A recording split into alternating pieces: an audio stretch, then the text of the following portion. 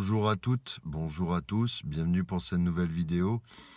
Alors, c'est perplexe que je continue cette série, entre parenthèses, à un moment de ma vie où les choses changent, où l'on vieillit, où on est dans l'acceptation, certes difficile, du vieillissement et des problèmes que ça implique. Je vais bien sûr vous parler et vous reparler encore des acouphènes que j'ai depuis le 14 avril 2024. Comment je vis ça c'est tout nouveau encore, c'est récent. J'ai des hauts et des bas avec ce son aigu. Alors je me renseigne sur les forums. Alors il y en a des fois ils disent catastrophe, ça fait 40 ans que j'ai ça, ça fait 5 ans que j'ai ça. Il y en a qui ont envie de se foutre en l'air tellement que c'est insupportable. Alors on a des craintes, on a des peurs, on a aussi des espoirs et on a des acceptations. Voilà. Des maladies, j'en ai. Des maladies, j'en ai. Donc je comprends à peu près le mode de pensée qu'il faut avoir et la philosophie, la psychologie qu'il faut avoir. Quand on est habitué à avoir des mots divers et variés, on est plus dans l'acceptation, même si peut-être on pense que la vie ne sera plus jamais comme avant. Je ne connaîtrai peut-être plus le silence. Ce son aigu, sifflement que j'ai H24 qui m'accompagne. Alors des fois, j'avais l'impression hier soir qu'il disparaissait, qu'il était en train de disparaître un peu. Il était compensé par un mécanisme du cerveau peut-être, parce que c'est lié au cerveau et à l'oreille. Ça met vraiment dans un état particulier. J'ai l'impression d'avoir aussi une hyperacousie, donc c'est difficilement compréhensible par les proches. Difficilement compréhensible parce qu'ils ne sont pas dedans. Ça touche quand même beaucoup de monde. Beaucoup vont vers la dépression, voire pire. Beaucoup vont dans l'acceptation et vivent bien avec. Le tout, c'est qu'il ne faut pas que ça s'aggrave. Ça, c'est mon inquiétude première. C'est que je ne voudrais pas que ça s'aggrave. C'est un truc con qui est arrivé. Bien sûr, je l'ai dit dans une autre vidéo. Mais par contre, bizarrement, étant donné que j'ai une autre pathologie que vous connaissez, je le prends différemment de certaines personnes, c'est-à-dire que je me focalise dessus pour une certaine forme de méditation constante. Parce que vous savez que dans la méditation, on écoute sa respiration, on écoute les battements de son cœur, on se focalise sur les sons du corps. Et il se trouve qu'en fait, je suis en méditation constante. Alors, ça peut me faire perdre de la concentration. Parce que je suis ailleurs. Voilà. Je suis ailleurs. Et puis, l'hyperacousie, voilà. L'hyperacousie, c'est la sensation d'avoir des choses qui sont amplifiées et désagréables. Mais je ne peux pas faire autre chose que d'être dans l'acceptation. Voilà. C'est mon corps qui me signale quelque chose. C'est un bruit naturel du corps qui apparaît. C'est compliqué. Pour l'instant, ça n'a pas impacté mon sommeil particulièrement, même si j'ai un sommeil léger. Mais je ne sais absolument pas si à l'avenir, mon sommeil ne va pas être impacté.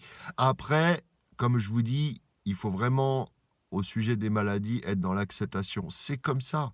C'est comme ça. Oui, mais pourquoi lui, il a ça? Pourquoi moi, j'ai ça? Pourquoi? On s'en fout. Ça nous arrive. Il faut vivre avec. Et même si c'est dur, il y a des hauts et des bas. Voilà, il y a des moments, en lisant des forums, ça va me soulager. Il y a des moments... je sais que sur cette chaîne, vous allez peut-être pas comprendre ce changement de cap radical. Peut-être ponctuel, parce que je vais peut-être résoudre mon problème, il va se résoudre tout seul. Là, j'ai rendez-vous avec un ORL qu'au mois de août et un autre au mois de... J'ai pris 2 ORL pour avoir 2 avis différents. même si j'en ai pas grand espoir. Il y en a juste pour un choc au niveau de la musique. Ils en ont eu pour 5 ans. Il y en a, c'est tout le temps. Il y en a, ça peut être n'importe quoi. Mais ça peut être n'importe quoi, mes amis. Ce déclenchement d'acouphènes. Ça peut être dû à n'importe quoi. Donc moi, je m'en remets à Dieu. Je me dis que c'est une épreuve de plus que j'ai à subir. Mais je sais que tout le monde arrivera à la fin du chemin, finalement. Donc, autant s'accrocher jusqu'au bout et vivre avec, sachant qu'on a tous, quand on fait... Pardon, j'ai un petit truc là. Quand on fait l'ensemble, qu'on répertorie l'ensemble des maladies que les gens, les maux divers et variés, chroniques ou pas, que les gens ont au cours de leur vie. Alors pour les plus chanceux, ils n'ont pas grand-chose. Et encore, ça ne veut rien dire. Ça peut leur tomber subitement. Je pense par exemple au cancer. Il faut remercier Dieu de chaque jour où on est encore en vie. Même mon père m'a dit qu'il s'accrochera jusqu'au bout à la vie. Et il m'a dit, il faut s'accrocher. Et je vous transmets le message de mon père, il faut s'accrocher, quoi qu'il en soit. Et remercier Dieu pour chaque jour que l'on vit, avec un problème ou pas. Voilà. Je me mets à la place de tous ceux qui ont une pathologie chronique qui est difficile à vivre.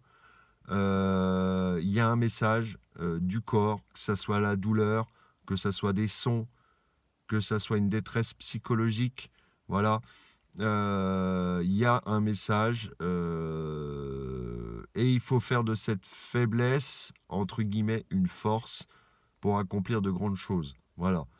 Moi, je ne sais pas encore où j'en suis, mais ce sifflement continu me donne une certaine forme de stimulation parce que vous savez que chacun le prend différemment en fonction de son parcours de vie. Et il se trouve que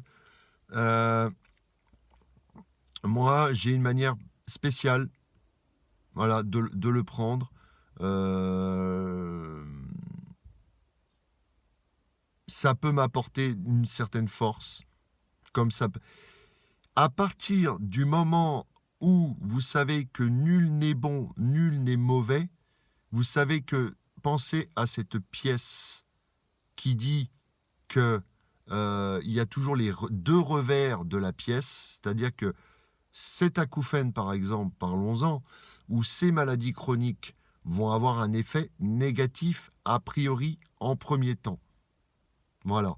Mais elles vont avoir un effet positif. Toute chose a son revers négatif et son revers positif. Alors vous allez me dire, mais la douleur, quel effet positif? Transformation personnelle. L'acouphène, quel effet positif? Transformation personnelle. Voilà. Et on avance. Il faut être dans l'acceptation. On n'a pas le choix, on doit vivre avec. Dieu nous a donné un corps.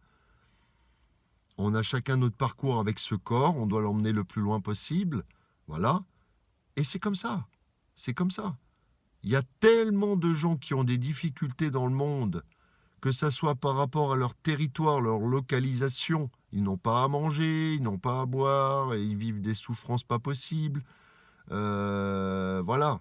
Il y a tellement de gens qui souffrent de maux divers et variés ou selon leur situation géographique que de toute façon, on a tous un sac à dos, une épreuve à porter au cours de notre vie. Et de toute façon, on aura l'épreuve ultime à traverser, qu'est la mort. Et soit on est dans l'acceptation de se dire qu'un jour notre vie se terminera, soit on ne l'accepte pas. Mais de toute façon, qu'on l'accepte ou qu'on ne l'accepte pas, ça arrivera. Voilà.